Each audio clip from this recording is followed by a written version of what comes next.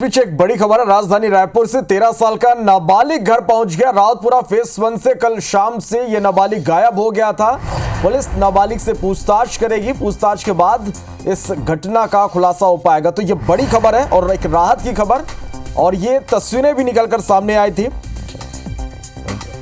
सुप्रिया हमारी संवाददाता ज्यादा जानकारी के साथ हमारे साथ न्यूज रूम से इस वक्त लाइव जुड़े। सुप्रिया, फिलहाल तो राहत की बात यही कि यह मासूम वापस लौट आया है। अब तक क्या खुलासा हो पाया इस पूरे मामले में? बिल्कुल, देखिए, रावतपुरा फेस 1 में ही एक जो 13 वर्षीय नाबालिग है वो शाम 5 बजे से गायब था और IBC 24 ने प्रमुखता से इस खबर को दिखाया था।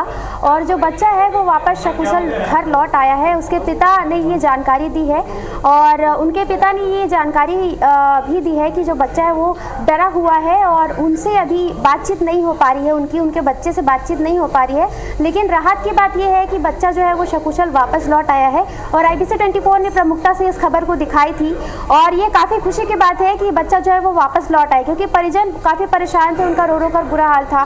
उनके परिजन ये जो मांग कर रहे थे कि जल्द से जल्द उनका बच्चा लौट आए और आखिरकार उनका बच्चा लौट आया है, तो ये काफी खुशी की बात है। सुप्रिया, जानना चाहेंगे कि किस तरह से ये बच्चा जो है वो लापता हुआ था, फिर पुलिस की जो तलाश है वो शुरू हुई?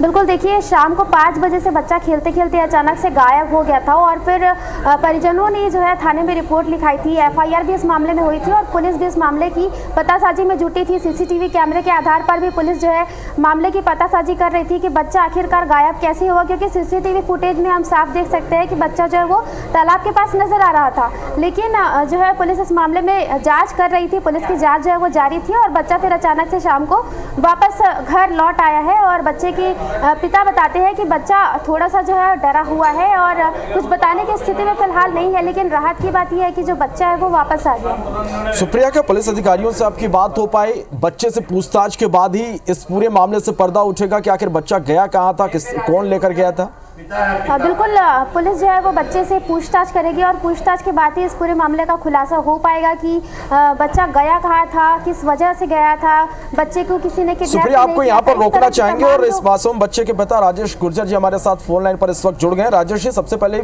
तो एक राहत की खबर ये कि बच्चा सकुशल वापस लौट आया है। किस तरह से आप लोगों को जानकारी मिली थी बच्चे के गायब होने की?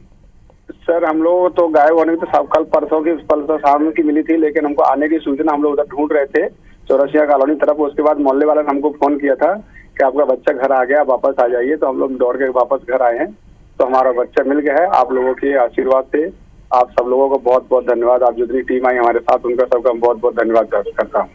जी राजेश जी, जिस तरह से कहा जा रहा है कि बच्चा थोड़ा सा डरा हुआ है अभी भी, क्या किसी पर कोई शक? बच्चा कहाँ था, कौन लेकर जा सकता है? कुछ आप लोगों की तरफ से अंदेशा?